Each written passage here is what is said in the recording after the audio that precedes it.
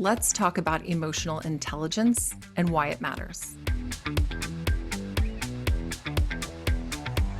First, let me define emotional intelligence. It is often referred to as emotional quotient or EQ, but it's the ability that a person has to identify and regulate their emotions and their feelings. We want to be able to express our feelings, but we do need to do so in a way that is appropriate and effective. Here's a quote: EQ has become so important that a CareerBuilder survey found 59% of US hiring managers and human resources professionals say they wouldn't hire someone who had a high IQ and a low EQ. What? That's from Tracy Middleton in the 5 Types of Intelligence That You Need to Build Today. That's an article, I believe, on Psychology Today. And it's really accurate.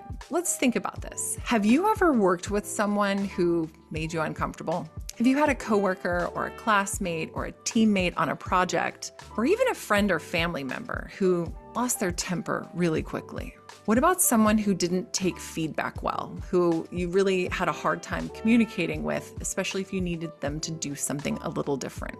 Have you ever had a conversation with someone where they seemed like they were brushing you off, they were impatient, they wouldn't allow you to finish your thought? This really impacts the quality of your working relationship, doesn't it?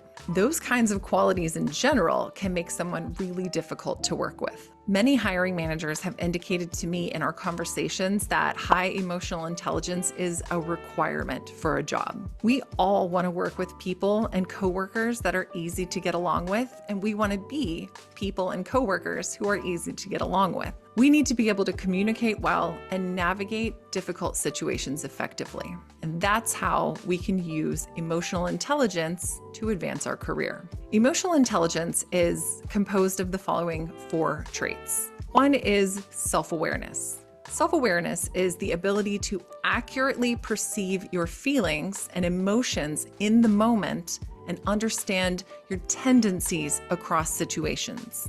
Self-management is the ability to control your emotions and responses to situations and people. This means using the awareness of your emotions to stay flexible and direct positive behavior. Social awareness is another one. This is the ability to accurately pick up on essentially the vibes in the room, reading the room. You're picking up on the emotions in other people and understand what's really going on with them. And the 4th trait of EQ is relationship management, the ability to effectively lead change or manage personal change. Why does this matter? Well, as mentioned, high emotional intelligence makes you a better candidate for a job, but it also has many more benefits. Emotional intelligence enables you to use your social skills in an effective manner. It allows you to show empathy towards others. It allows you to control and regulate your own emotions, and it allows you to know yourself reasonably well. What this means on the job is that you're able to communicate more effectively. You're able to work together in a team or cross-functionally with other teams. You're also able to identify your own and others' strengths and weaknesses. It allows you to regulate your emotions, especially when you're dealing with high-pressure process or a product that has a really short timeline. High emotional intelligence also allows you to transition into management roles. Do you know where your emotional intelligence stands? Let's determine our EQ. Navigate over to the emotional intelligence test and take an EQ assessment. Don't overthink your answers. Go with your gut feeling. Think in terms of work and social situations when you're answering the questions. After you complete the assessment, reflect on your score and its description for just a few minutes. Consider the following questions. Did anything surprise you? Did it seem true to what you expected? Is there anything that you'd like to work on? You're probably wondering, well, how would a hiring manager find out about my emotional intelligence? A prospective employer might determine your emotional intelligence in a variety of ways, but the easiest and most often used is asking behavioral interview questions. Some of these behavioral interview questions are: describe a time when you disagreed with a decision that your teammate or your manager made. Describe a time that you had a challenge at work and how you handled it. Describe a time when you worked on a team and wanted to solve a problem differently than others on the team. What happened? I'm also going to be creating a video really soon with behavioral interview questions. I've got a download worksheet for you.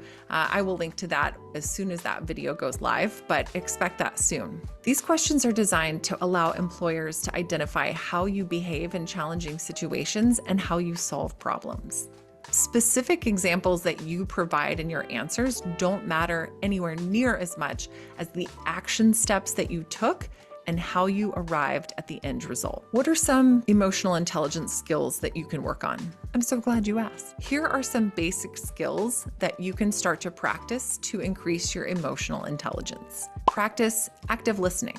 Set aside time for problem solving, especially with social situations. Seek feedback and lean into the discomfort of getting feedback that maybe doesn't feel awesome. Visualize yourself being successful.